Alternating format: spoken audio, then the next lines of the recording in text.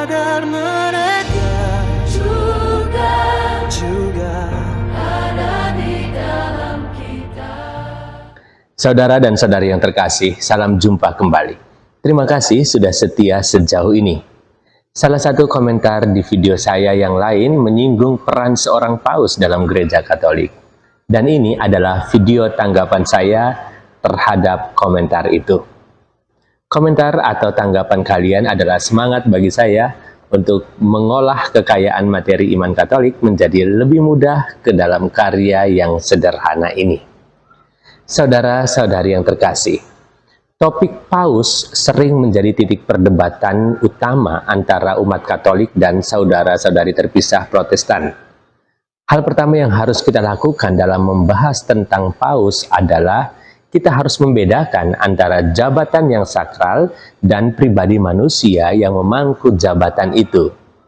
Hal ini penting dilakukan karena terkadang pemahaman kita menjadi keliru, penuh dugaan, penuh asumsi karena standing point kita tidak jelas dan rancu.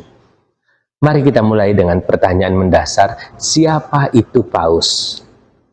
Dalam teologi Katolik, paus adalah uskup Roma, penerus Santo Petrus dan wakil Kristus di dunia, Vicarius Christi. Gelar wakil Kristus tidak berarti paus menggantikan Yesus atau menjadikan paus Tuhan yang lain, bukan. Kata wakil itu sama seperti seorang perdana menteri yang mengurus kerajaan ketika raja sedang pergi, dan paus ditugaskan untuk menggembalakan gereja secara fisik sampai Kristus datang kembali. Apakah pengertian ini alkitabiah? Iya.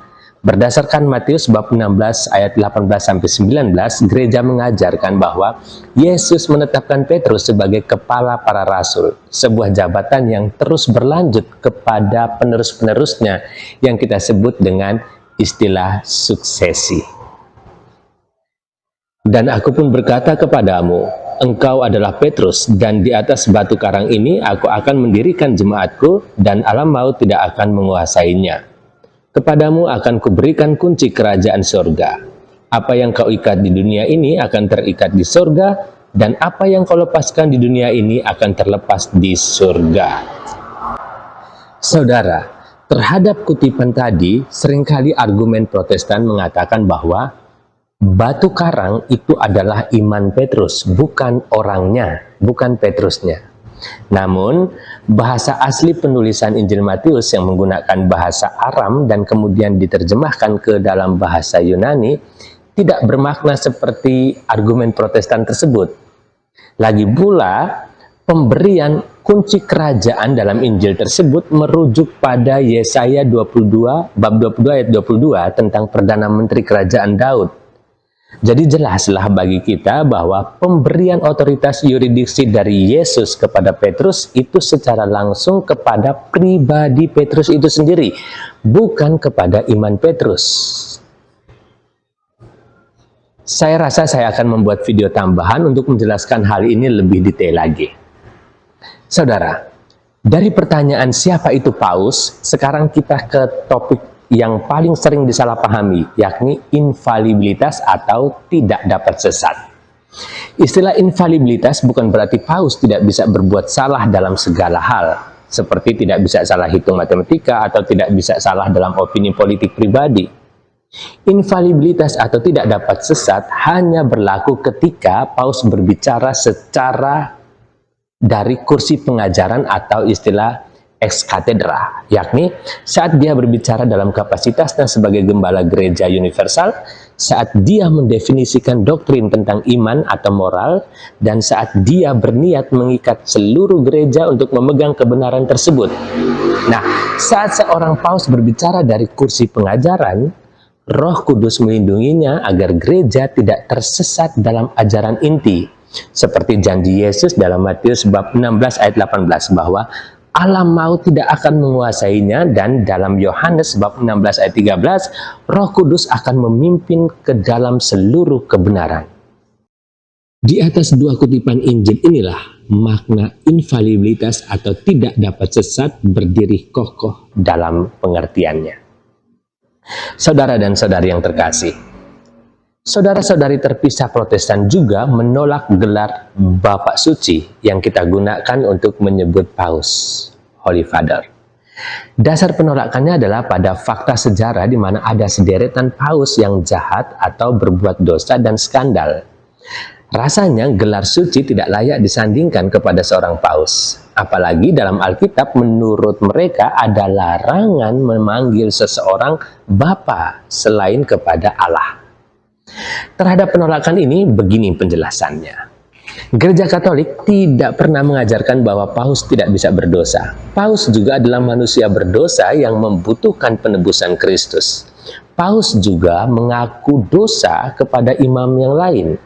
Tapi jangan lupa, Daud yang mazmurnya kita terima sebagai kitab suci pernah melakukan dosa atau skandal.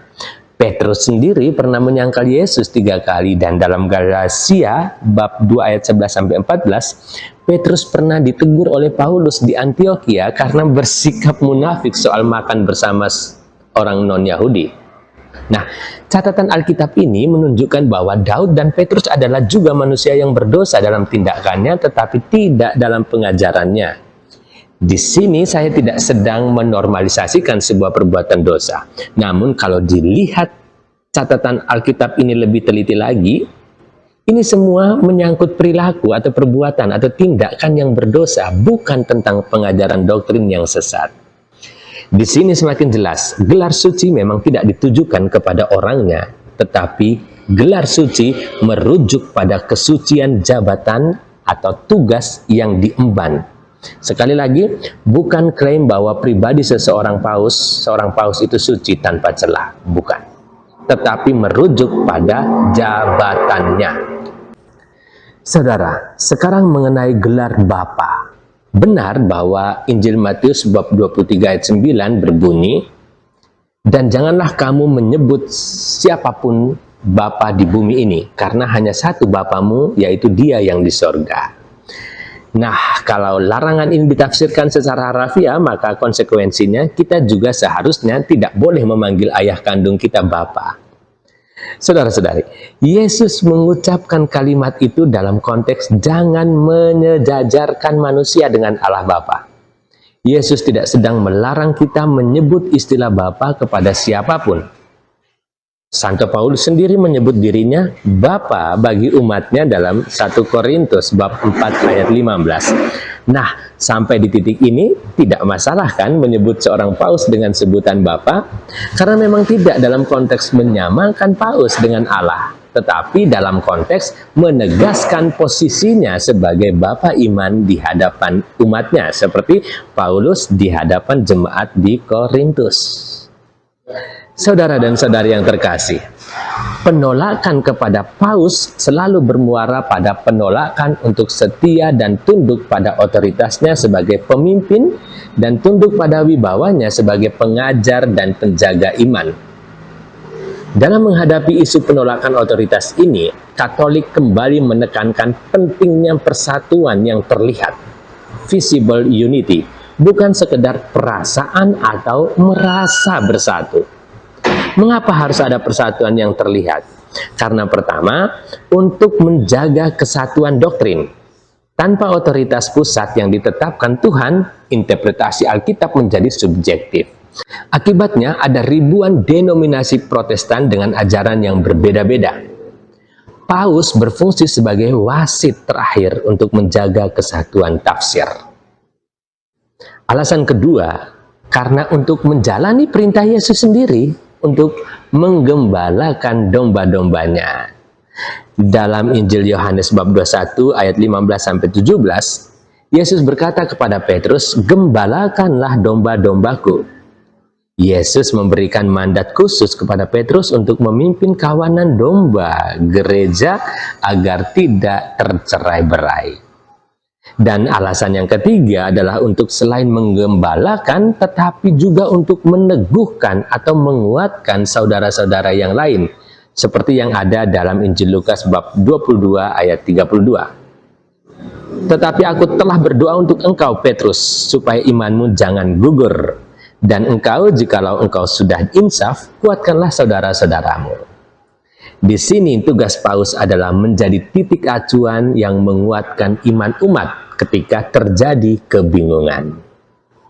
Saudara dan saudari yang terkasih, mengakhiri pembahasan kita kali ini, saya menghadirkan beberapa pandangan dari bapak-bapak gereja untuk menegaskan bahwa sejarah membuktikan kepemimpinan uskup Roma diakui sejak abad-abad awal kekristenan, jauh sebelum reformasi Protestan terjadi. Santo Irenaeus tahun 180 Masehi, dalam bukunya Adversus Hereses, ia menulis bahwa karena keunggulan gereja Roma yang didirikan Petrus dan Paulus, setiap gereja lain harus setuju dengan gereja Roma untuk menjaga tradisi apostolik. Santo Cyprianus dari Kartago tahun 251 Masehi menulis tentang takhta Petrus sebagai sumber utama kesatuan para imam. Ia menegaskan bahwa orang yang meninggalkan takhta Petrus tidak bisa mengklaim berada di dalam gereja. Santo Agustinus tahun 417 terkenal dengan ungkapannya mengenai kasus ajaran sesat Pelagianisme. Roma locuta est, causa finita est. Jika Roma telah berbicara, kasus selesai.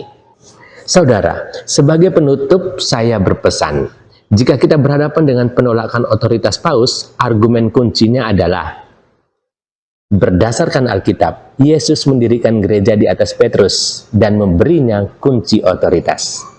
Kedua, berdasarkan sejarah, gereja perdana mengakui keutamaan uskup Roma di antara uskup-uskup yang lain seperti di Efesus, Korintus, dan lain-lainnya. Tiga, pakai nalar logika. Alkitab adalah buku yang butuh interpretasi.